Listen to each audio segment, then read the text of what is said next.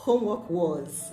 In my 23 years plus in education, there is no war that has been as fiercely fought as homework wars. The war for and against homework between the parents and schools.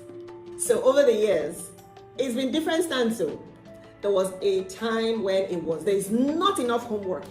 The children are playing too much at home. We need more homework. The schools added homework, and then trouble. Parents started to shout, too much homework. They want to kill them with homework. Homework. They want to kill us with homework.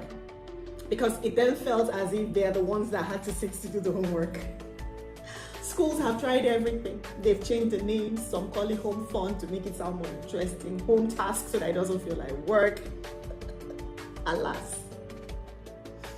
We all know that for us to be able to remember some things, especially with the amount of things that are coming at our children on a regular daily basis, they need space and time to be able to go over it again so that it can reinforce the learning. It's important.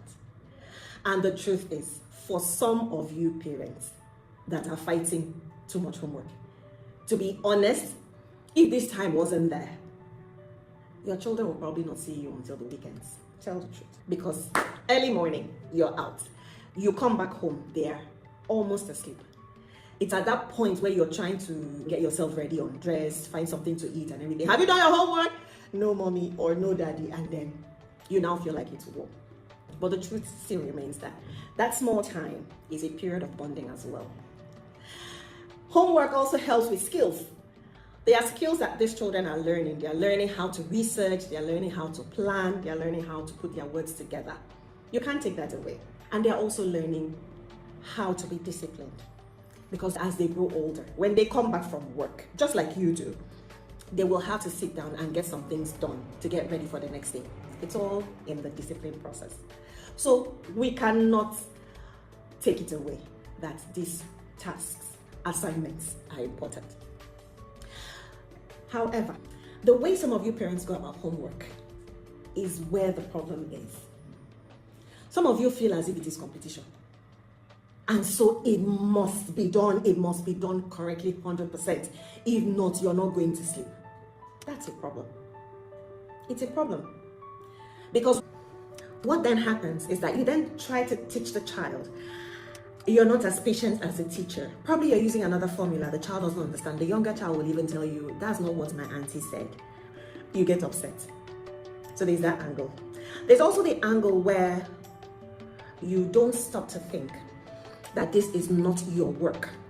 And so you carry on as if it is yours. For some of you, you end up doing the homework yourself, forgetting that this is actually a test of what the child understood in class.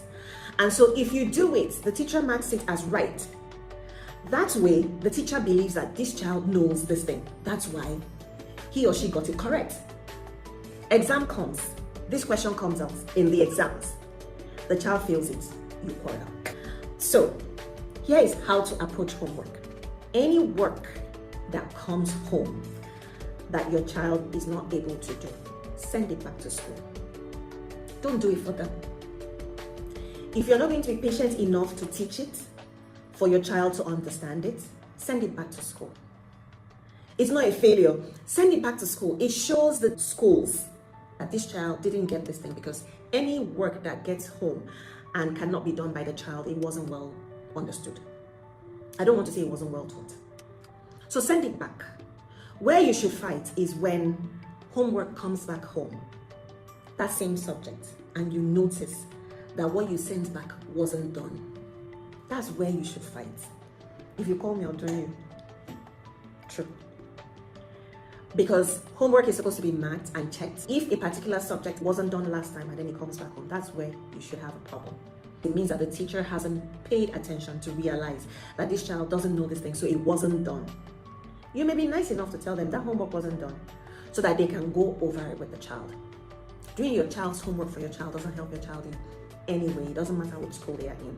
Don't do your child's homework. Any work that comes home for your child, at whatever level your child is, work that your child should be able to do by themselves. I hope that with these few points of mine, I have been able to help you to drop the arms. Something the child didn't get right, it's not on you.